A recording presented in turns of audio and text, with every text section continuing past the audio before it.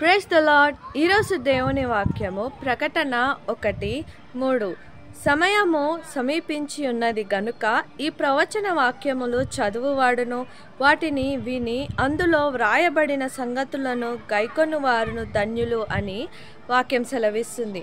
సమయము సమీపించి ఉన్నది అని అంటే సమయము అయిపోతుంది, లేకపోతే సమయము ఇంకా దగ్గర పడ్డది అని అర్థము.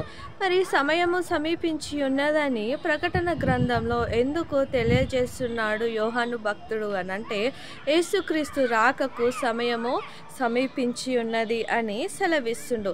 మరి సమయము అయిపోతుంది కాబట్టి మనం ఏం చేయాలనంటే ఈ వాక్యాన్ని మనము ఏం చేయాలనంటే చదవాలి. చదవచ్చిన ప్రతి ఒక్కరూ దేవుని వాక్యాన్ని చదవాలి.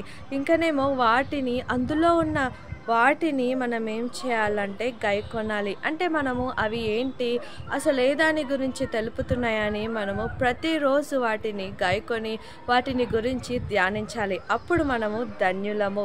మరి ఈ రోజులలో మనము ఎవరము ఆ విధంగా చేస్తలేము. ఎందుకనంటే మనకి సమయం అనేది సరిపోవట్లేదు.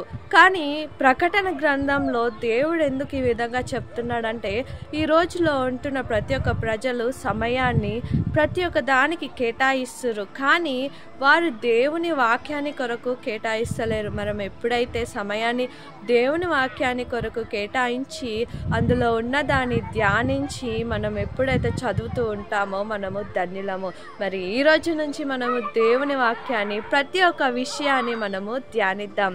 దేవుడు ఈ చక్కటి వాక్యాన్ని దీవించునుగాక. ఆమేన్.